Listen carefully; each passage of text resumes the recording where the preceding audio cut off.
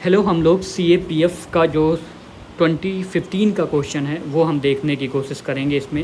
देखो, मैं ऑनेस्टली एक बात बता दे रहा हूँ कि आप ये वीडियो जब भी देख रहे हो, have like spare few moments at least 10 minutes, वो थीम आप नोट करना, लिखना और उसको रिवाइज़ करना, because theme is very important. हम इसमें पॉलिटी के क्वेश्चन बहुत कम समय में देखेंगे, विद एडिशनल इन्फॉर्मेशन देखेंगे। और ये भी पहले ही मैं एक बात बता देना चाहता हूँ कि इसमें से काफ़ी क्वेश्चन 2015 के हैं मेरे दोस्त, लेकिन सेम क्वेश्चन 2016 में, 17 में, 18 में, 19 में ये क्वेश्चन रिपीट होते हैं in various examination conducted by UPSC, right. तो हम इसको डिस्कस करने वाले हैं।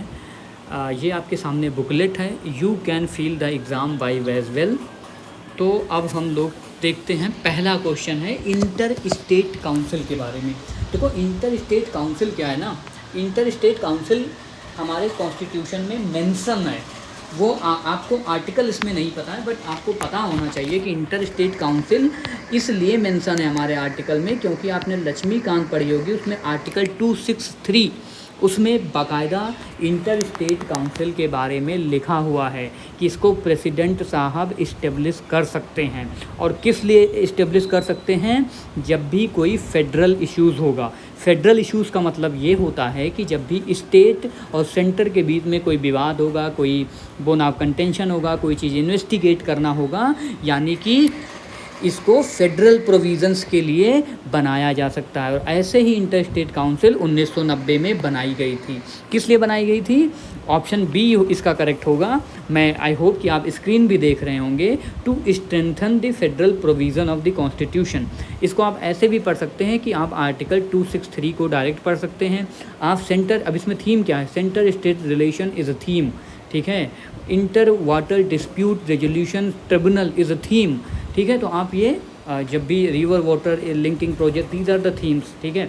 तो इसमें ऑप्शन बी सही होगा क्योंकि ये फेडरल प्रोविजंस को स्ट्रेंथन करने के लिए इंटर स्टेट काउंसिल बनाई गई थी। अब इंटर स्टेट काउंसिल में सदस्य जो होते हैं उसमें प्राइम मिनिस्टर साहब होते हैं। इसका गठन प्रेसिडेंट साहब करते हैं, लेकिन इसमें इसको चेयर करते हैं प्राइम मिनिस्टर सर। उसके बाद में इसमें चीफ मिनिस्टर ऑफ स्टेट होते हैं, इसमें होम मिनिस्टर्स होते हैं, इसमें 4-5 कैबिनेट मिनिस्टर्स होते हैं, और भी कैबिनेट अराउंड 10 कैबिनेट मिनिस्टर्स को इनवाइट भी किया जाता है। कहीं स्टेट में अगर प्रेसिडेंट रूल है तो वहाँ के जो गवर्नर हैं वो उसमें हिस्सा लेंगे। तो these are important points that you should have in your mind, right. अगला क्वेश्चन देखते हैं, about the controller and auditor general of India can be removed from the office by. देखो, कैग का जो ऑफिस होता है, this is very important constitutional office. और इसमें आपने लक्ष्मीकांत पढ़ा होगा, तो उसमें बाबा साहब अम्बेडकर का एक इम्पॉर्टेंट कोटेशन भी दिखा हुआ है कि CAG is a friend philosopher ना, ऐसे करके एक स्टेटमेंट है, एंड गाइड। तो आपने वो देखा होगा, राइट। अब इनको रिमूव कैसे किया जाता है? इनको रिमूव करते हैं प्रेसिडेंट साहब, लेकिन जो मोशन होता है वो मोशन सेम उसी तरह से पास होता है जैसे ऑनरेबल सुप्रीम कोर्ट के जज साहब को रिमूवल के लिए जैसे मोशन पास होता है, same in the same manner of supreme court जज। यानी कि दोनों हाउस से क्या होगा? पास होगा। और जब पास होगा हाउस में तो उसमें बहस होगी, डिबेट्स होंगी ना, प्रेसिडेंट साहब का एड्रेस भी होगा। तो इसमें जो ऑप्शन आप चारों पढ़ेंगे कि president on the advice of the union cabinet, नहीं, प्रेसिडेंट साहब कैग को हटा सकते हैं लेकिन यूनियन कैबिनेट के एडवाइस पे नहीं। Chief Justice of supreme court हटा सकते हैं, ये भी गलत हो जाएगा, ठीक है। तीसरा ऑप्शन सही है, President of India after an address in the both the House of Parliament, because CAG का office is a constitutional and very important office.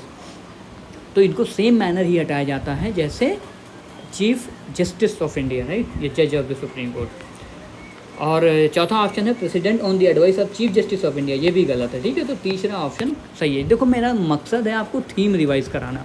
अगर आप स्क्रीन देख रहे होंगे, आई होप, ठीक है, तो आपको कॉन्फिडेंस देगा, आई एम वेरी श्योर, ठीक है। अकॉर्डिंग टू ग्रेनवाइल ऑस्टिन, देखो अब ये मैं एक थीम आपको बताना चाहता हूँ। जो लक्ष्मीकांत पढ़ोगे उसमें जब मेकिंग ऑफ इंडियन कॉन्स्टिट्यूशन वाला चैप्टर पढ़ोगे तो उसमें एक सब सेक्शन है जिसमें लिखा है क्रिटिसिज्म ऑफ इंडियन कॉन्स्टिट्यूशन।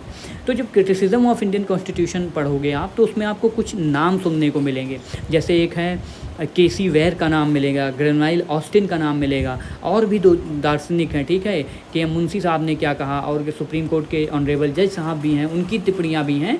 तो कोई बोलता है कि जैसे ग्रेनवाइल ऑस्टिन का बारे में क्वेश्चन दिया गया है, तो इन्हीं का एक कथन है कि जो असेंबली थी जिसने कॉन्स्टिट्यूशन बनाया था, assembly was Congress and Congress was assembly, ठीक है। तो ऐसे ही काफ़ी क्रिटिक का भी है, कोई कहता है बोरोइंग कॉन्स्टिट्यूशन है, बट हर एक का जवाब अंबेडकर जी ने दे रखा है, ठीक है। तो वो एक चीज़ डिस्कस किया गया है। हाँ, लेकिन यहाँ पे क्या बोला गया है, क्वेश्चन क्या है, अकॉर्डिंग टू तो थीम मैं आपको बता रहा था, राइट। थीम आप पहले तो वो याद रखना कि क्या है, क्रिटिसिज्म ऑफ इंडियन कॉन्स्टिट्यूशन, उसमें जिन्होंने जो कॉन्स्टिट्यूशन के बारे में कहा है वो आपको याद होना चाहिए। Now move to this question, according to Granville Austin which of the following was where the most significant contribution of India to the constitution making, right? constitution making में ग्रेनवाइल ऑस्टिन के स्टेटमेंट का आपको you have to analyze his statement because he emphasized on consensus and accommodation. Indian constitution so much diversity. तो Austin says that Indian constitution accommodated the various voices and each and every section was debated and decision was made with consensus. तो this statement was by Austin. और हमें देखने को भी मिलता है कि जो आवर कॉन्स्टिट्यूशन है it was much debated, discussed and then accommodated, right. तो option B would be correct option. मैं ज़्यादा ऑप्शन नहीं पढ़ रहा हूँ, my focus is I am again and again emphasizing is to make you clear the various themes, right? And I hope you are getting me as well. I don't want to waste much of the time. You can increase the speed because we are living in a era of paucity of times. Even I am in the sailing in the same boat. And next theme is special provision. देखो एक article 370 we all know about article 370 हैं about Jammu Kashmir वाला issue, and उसी के parallel चलता है 371, right. तो 371 वाला आर्टिकल आप ध्यान में रखेंगे, एंड इसके भी सब सेक्शन है, like 371 is related with Maharashtra and Gujarat, ठीक है, उनको स्पेशल स्टेटस दिया गया है। एंड ये 12 ऐसे हमारे राज्य हैं हमारे देश में जिनको ये दे रखा गया है इस पर अंडर 371, ठीक है। तो 371 में महाराष्ट्र एंड गुजरात हो गया, ए में हो गया नागालैंड, ऐसे एच में हो गया हिमाचल प्रदेश, और यहाँ पे जी को पूछ रखा है कि 371 जी किससे संबंधित है। तो जी फॉर, देखो मिजोरम में भी जेड आता है, तो pronunciation wise if you go by pronunciation G and Z is a more or same things. तो 371 G is for G for Mizoram because Z is here, right. So you can like इस समय याद करते हो। Nagaland is 371। तो ये theme आप revise कर लेना। 12 स्टेट इन इंडिया, राइट, 12 राज्य हैं इंडिया में जिनमें ये दिया गया है। Now this question is very important. The locus standi to move court was liberalized by the case of important judgments of honorable supreme court is very important while dealing with the previous year questions, while dealing with the mains GS2, and I would like to take a moment कि locus standi का मतलब होता है the standard operating procedure. Suppose I am aggrieved person और you are aggrieved person और any XYZ person is aggrieved person and he और she wants to move to the like court, right? If somebody wants to go to court, then what can happen? क्या हो सकता है उस case में? उस case में क्या हो सकता है? Just a minute. तो कोई भी आदमी जा सकता है ना। ये PIL का जो कॉन्सेप्ट है ना, जो ऑनरेबल भगवती सर जब आप पढ़ोगे, जो PIL का पूरा कॉन्सेप्ट है वो SP गुप्ता के केस से काफ़ी इसको पावर मिलती है, और इसको फर्स्ट जजेस केस भी कहा जाता है। 1981 का केस है, 1981 का। तो anybody can go to court. If you are agreed then I can go to court on your behalf और you can go to court on my behalf, ठीक है। तो this case was strengthen by the SP Gupta versus Union of India. This is also known the first जजेस case, ठीक है। तो ये हो गया। बाकी SR Bommai case was related with the president rule, very remarkable judgement. Minerva mills case ना, limited power of parliament in amending the constitution, and Keshavananda Bharati case was associated with the basic structure doctrine ना। तो SP Gupta was like this is very monumental case, also known as the first judges case, and I would like to say that आपको तीनों जजेस case आप पढ़ लो, first जजेस case, third जजेस केस तक पूरा देख लो। And collegium system is important. तो कोलेजियम सिस्टम्स के बारे में ही इसमें सब में बात होती है। and PIL is important topic. So this is the important thing, right? And cabinet mission plan again when 1940 से लेकर के आई वुड लाइक टू से कि 1940 से लेकर के 1947 तक जितने भी डेवलपमेंट हुए हैं इनको आपको एकदम रटे होने चाहिए with like bullet points with important facts and figures.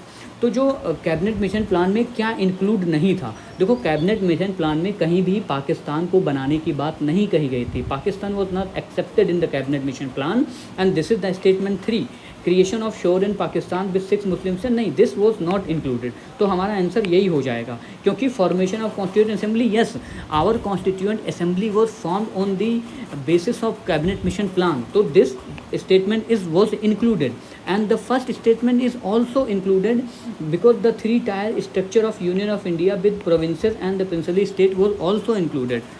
So we can say कि 1 and 2 was there in cabinet mission plan but creation of Pakistan वो भी sure and no not possible। तो आंसर बी हो जाएगा सही। और उसके बाद में अगला जो इम्पोर्टेंट क्वेश्चन है वो आ रहा है कहाँ से। This question is coming from there are 2-3 articles my dear friends. First तो आप जानो कि पार्ट 17, ठीक है, part 17 of Indian constitution talks about languages, ठीक है, एंड शेड्यूल भी आपको पता होना चाहिए। Schedule 8 of Indian constitution talk about languages, ठीक है। उसमें भी आर्टिकल 350 हो गया, 351 which talks about it is the duty of union to preserve and promote the Hindi language, right? 351 and there is one more article which is known as 350B, right? This talks about special linguistic officer, ठीक है, 350B this talks about special linguistic officer and the question here was asked about article 350A। तो इसका मतलब होता है the provision under article 351 of the constitution of India related to the. तो ये question पूछा गया है। देखो इसमें बहुत ज़्यादा मैं I don't want to take direct, आप इसको पढ़ो, this is direct article was asked, तो I will go with direct answer. The answer is provision for providing facilities for instruction in mother tongue at primary stage. तो these are few important articles. I am asking just one article 343, article 343 is related to what, ठीक है, just tell me, ठीक है, if you have time to comment, right. तो these there are 3-4 article, 350B, 350A, 343 and this is in part 17 and schedule 8 of Indian Constitution. There are 22 languages and there are languages added in 71 Constitution amendment which was asked in UPSC Civil Service Examination 2024 and वो आपने question अभी मैं discuss करूँगा जिसमें same UPSC 2024 में question ask किया गया था from languages, right. And next question is about right to education. लुको राइट टू एजुकेशन पे जाने से पहले I would like to tell you so many important things. पहला थिंग्स इज जो राइट टू एजुकेशन एक्ट है वो माइनॉरिटी इंस्टीट्यूशन पर लागू नहीं हो सकता। Remember it, minority institution are not bound to implement right to education act, ठीक है। दूसरा एक इम्पॉर्टेंट जजमेंट है उन्नी Krishnan versus government of Andhra Pradesh, if I am not wrong, please note this statement, this judgment is very important, Unni Krishnan judgment is very important, you should remember it। and जो article 21 का A है, article 21A my dear friend, article 21A my dear friend is related to, though this article talks about fundamental right but only for 14 years, 6 to 14 years children, not for everybody, remember the date, it is for 6 to 14 years children, right। और ये आपको पता होना चाहिए कि केवल 14 साल के बच्चों के लिए ही है। इसका मतलब ये है कि जो आर्टिकल 21A है, this is a fundamental right but this is not absolute fundamental right, this is not absolute right कि कोई भी कहे कि मुझे भी पढ़ना है, मुझे तो राज्य को पढ़ाना ही पढ़ाना, no, this is not absolute right, though this is a fundamental right but this is not absolute fundamental right, right. ये केवल 6 से 14 साल के बच्चों के लिए है। तो इसके कुछ प्रोविज़न दिए गए हैं और इसमें देखो जो तीसरा प्रोविज़न है right of minorities to establish and administer education institution, यही स्टेटमेंट नहीं होगा, ये स्टेटमेंट गलत है। मैंने आपको बताया ना, माइनॉरिटीज़ इंस्टीट्यूशंस के पास थोड़ा सा अलग से कुछ स्पेशल पावर्स हैं, तो इसमें 3 आप एलिमिनेट कर देंगे, ठीक है। Then answer would be A 1, 2 and 4। बाकी जो सारी चीज़ें हैं सही लिखी गई हैं। Right to education talks about right of children to free and compulsory education till the elementary education, right? Elementary education in a neighboring school, हाँ पास के स्कूल में ही दिया जाना चाहिए. There are some criteria of kilometers as well. And the provision of teachers, उनको teachers को non education काम में नहीं लगाया जाएगा except few work like election and disaster and these are things few हैं. And no citizen shall be denied admission. Obviously no citizen can be denied on the ground of caste, race, language. So 1, 2 and 4 are correct, but 3 statement की right of minorities to establish, no this is not in the, तो option हो जाएगा A, right? And again education is a theme. Which of the following committees submitted report on electoral reforms? देखो electoral reforms is a very important topics. इसमें Dinesh Goswami committees of 1990, this was about electoral reforms. Tarkunde committee, this was also about. Indrajit committee about state funding of elections. ठीक है, तो अब ये Balwant Rai Mehta committee तो आपको पता होगा ये पंचायती राज से रिलेटेड है. तो अगर 4 को आप एलिमिनेट कर देंगे तो answer would be 3 as well. तो पहली, दूसरी. And there Vohra committee, remember, please remember it, Vohra committee on criminalisation of politics. तो ये भी है अबाउट लाइक इलेक्टोरल रिफॉर्म से ही. ठीक है, वोहरा कमेटी. ठीक है, ये क्रिमिनलाइजेशन ऑफ पॉलिटिक्स से भी रिलेटेड है. तो first, second Dinesh Goswami, Tarkunde, Indrajit, all and Vohra is also, but Balwant Rai Mehta is from PRIs. And next question is about article 350. देखो there are 2 important article. Emergency is a theme of our exam. तो there are 2 important article, 355 and 365. ठीक है, ये दोनों article याद रखना. The 355 talks about it is the duty of union to protect state from aggression and internal disturbances. ठीक है, तो option 1 would be correct. Article 355 talks about it is the duty of union to protect the state from external aggression and internal disturbances, right? So option 1 would be correct, but I would give you 2-3 important articles.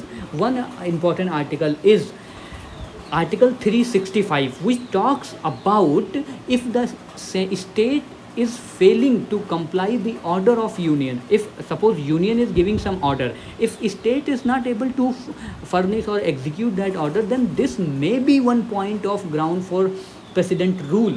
Mind it. So this article is also important, article 365, and there are few more important article 358 and 359.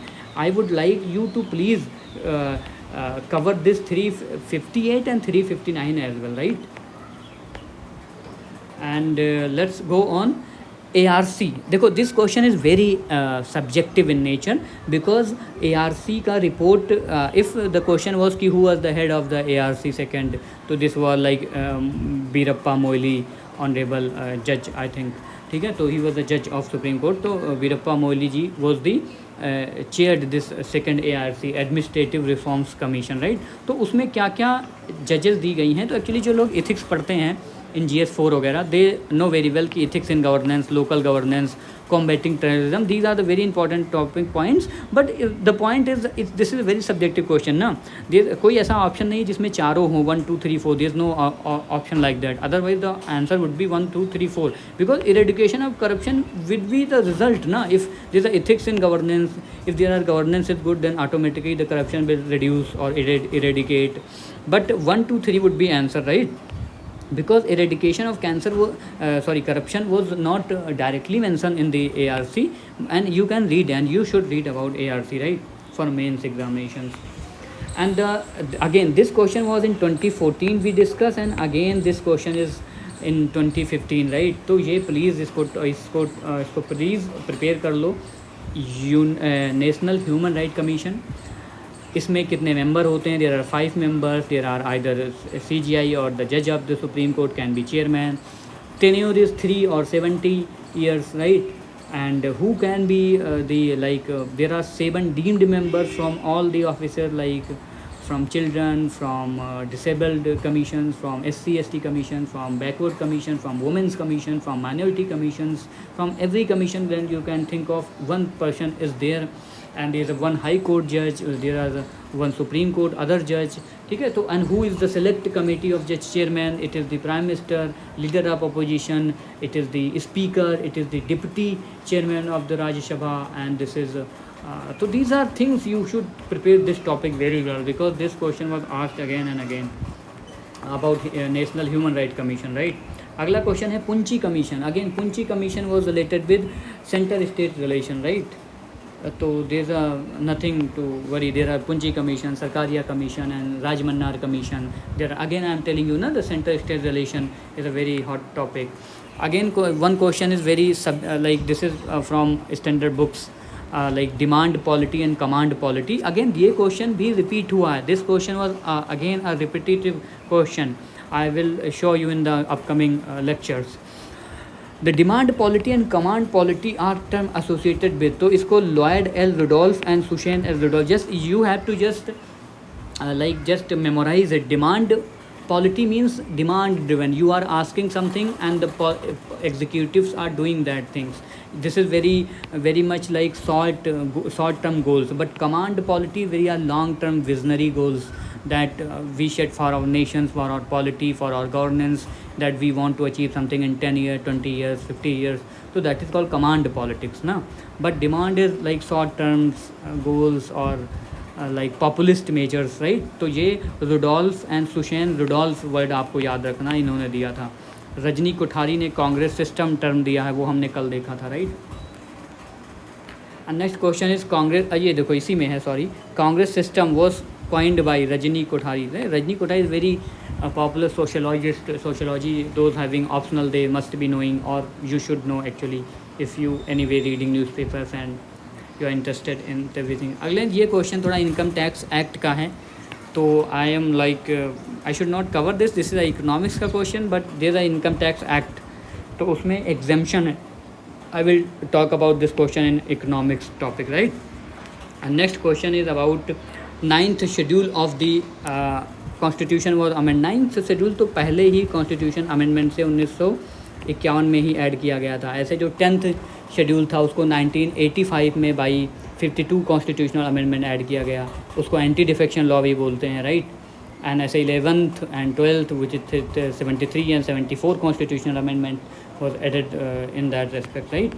And the next question is Rajya Sabha can withhold its consent to a money bill for 14 days. ठीक है, Rajya Sabha has no major power with respect to money bill. Rajya Sabha can withhold the power maximum for 14 days, and this is all about this money bill things, right? And the next question is about which are the following reasons were cited by Ashok Mehta. This is again a very subjective questions, and Ashok Mehta ने कौन से ऐसे reason दिए थे कि हम भाई अभी पंचायती राज इंस्टीट्यूशन को इम्प्लीमेंट नहीं करते. तो this committee was establish in 1977 by the Janata party government. तो इन्होंने बोला था role of bureaucracy is not that capable और something like that, lack of political will and lack of conceptual clarity. ठीक है, जेंडर की ऐसी कोई बात नहीं थी. तो first 3 would be the right answer, right? The answer would be C. And this is very subjective question, like you can mark as 2, 3, 4 as well, or because somebody will not go against, want to go against bureaucracy. अरे bureaucracy सही है, अरे political will क्यों नहीं चाहेगी, तो like you can interfere, but that is a subjective question, right?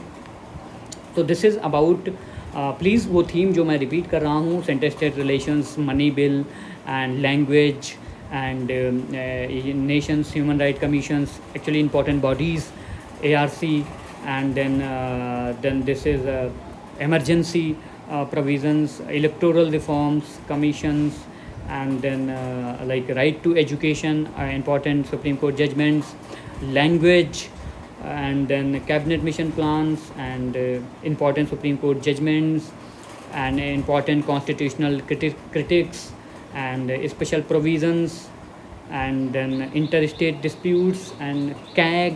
तो these are important topics जो आज हम अपने इस topic से निकाले हैं. And I hope you would like this, and maybe some voice issue maybe because fan is like चल रहा है, तो you guys should adjust. I hope